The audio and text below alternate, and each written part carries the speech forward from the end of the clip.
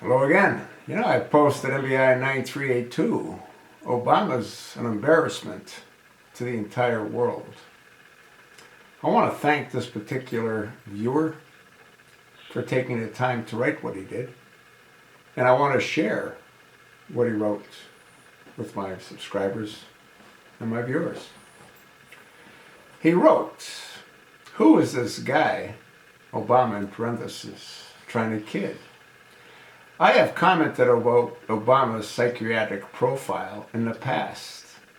As a former psychologist and government expert, I often forget that other people don't see what is going on with this jackass who is destroying everything we hold as important to our country, but is disrupting and interfering with the affairs of many other countries around the globe.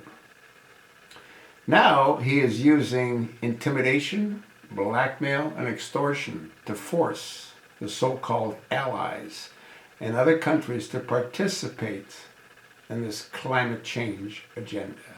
Another hoax invented to help the outrageously wealthy create their domination of all countries and all global money.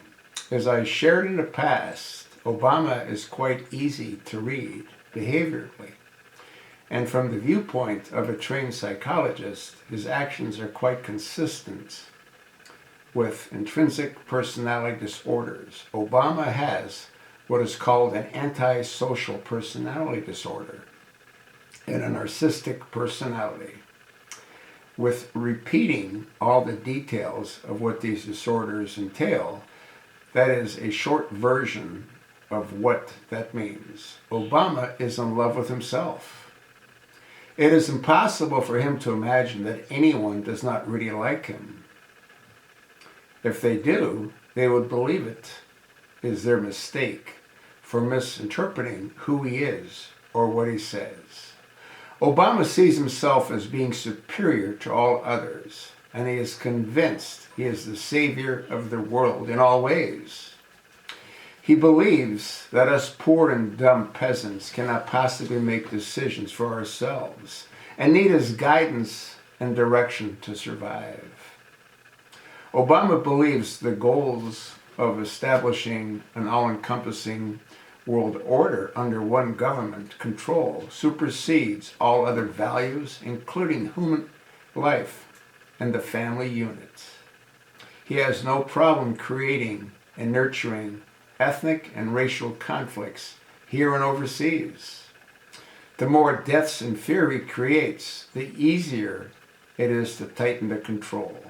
Obama does not have a social conscience, as most of us do. He has sent or caused the deaths of thousands of people already, without a care. He smiles and jokes as he tells the most outrageous lies to the American public. The sad thing is that he feels no remorse for lying and doing everything in his power to steal our Constitution away from us. He feels fine with doing or saying whatever it takes to fool us dumb peasants into his web of deception and capitulation. Don't surrender to this monster. We must be strong and resist Obama and his backers in any way we can. There is hope. We may have never recovered from the damage Obama has caused in our lifetime, but we have responsibility to take back our country for the sake of future generations." Hey folks, I really want to thank this viewer for taking the time to write what he did. I hope you take the time to listen what he wrote. And I hope you take the time to pass this along to like-minded friends. We do have hope and we do have a responsibility for future generations.